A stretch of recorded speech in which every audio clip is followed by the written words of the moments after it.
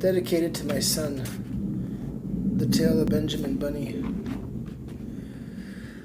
One morning, a little rabbit sat on a bank. He pricked his ears and listened to the trit-trot of a pony.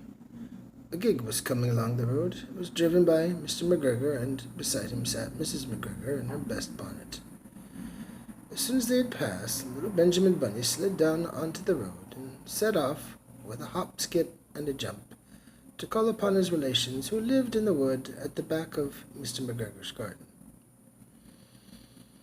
That wood was full of rabbit holes, and the neatest, sandiest hole of all lived Benjamin's aunt and his cousins, Flopsy, Mopsy, Cottontail, and Peter.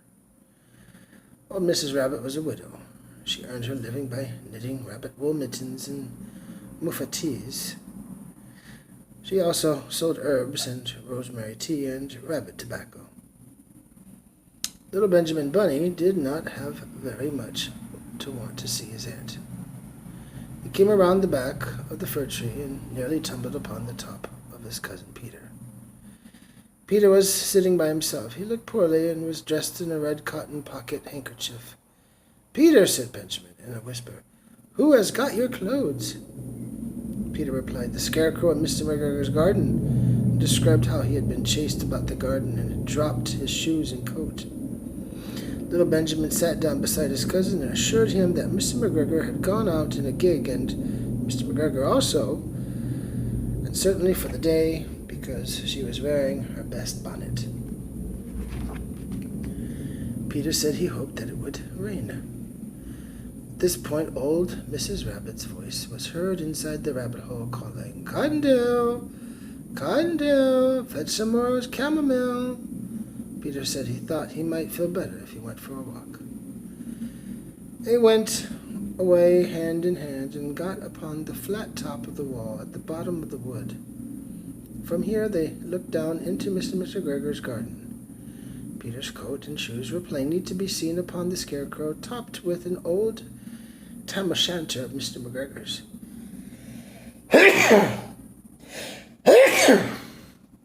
Little Benjamin said, "It spoils people's clothes to squeeze under a gate. The proper way to get in is to climb down a pear tree." Peter fell down head first, but it was of no consequence, as the bed below was nearly raked and quite soft. It had been sown with lettuces. It left a great many odd little footmarks all over the bed, especially little Benjamin, who was wearing clogs. Little Benjamin said that the first thing to be done was to get back Peter's clothes, in order that they might be able to use the pocket handkerchief. They took them off the scarecrow. There had been rain during the night. There was water in the shoes, and the coat was somewhat shrunk. Benjamin tried in the tam o' shanter, but it was too big for him. Then he suggested that they should fill the pocket handkerchief with onions as a little present for his aunt. Peter did not seem to be enjoying himself. He kept hearing noises. Benjamin, on the other contrary, was perfectly at home and ate a lettuce leaf. He said that he was in the habit of coming to the garden with his father to get lettuces for their Sunday dinner. The lettuces certainly were very fine. Peter did not eat anything. He said he should like to go home. Presently he dropped half the onions. Little Benjamin said that it was not possible to get back up the pear tree with a load of vegetables. He led the way boldly towards the other end of the garden. They went to a walk on planks under a sunny red brick wall. The mice sat on their doorsteps, cracking cherry stones. They winked at Peter Rabbit and little Benjamin Bunny. Presently Peter let the pocket handkerchief go again.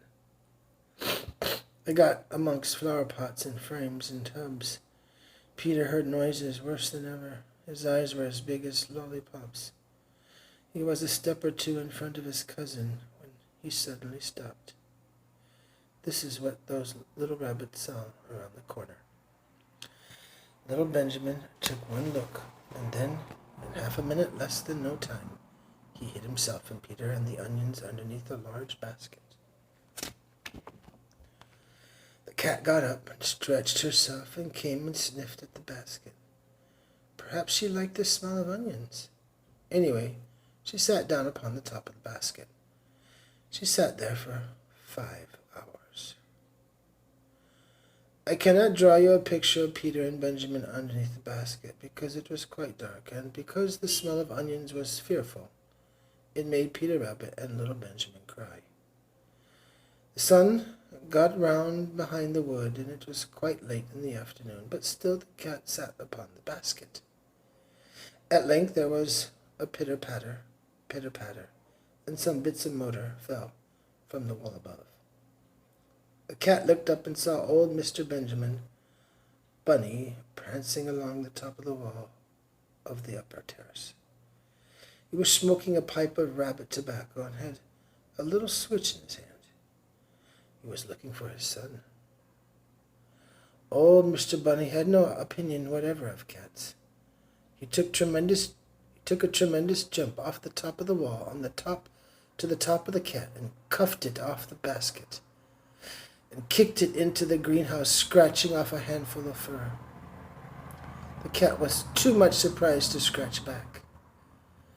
When Mr. Old Bunny had driven the cat into the greenhouse, he locked the door. Then he came back to the basket and took out his son Benjamin by the ears and whipped him with the little switch. Then he took out his nephew. Then he took out his nephew Peter.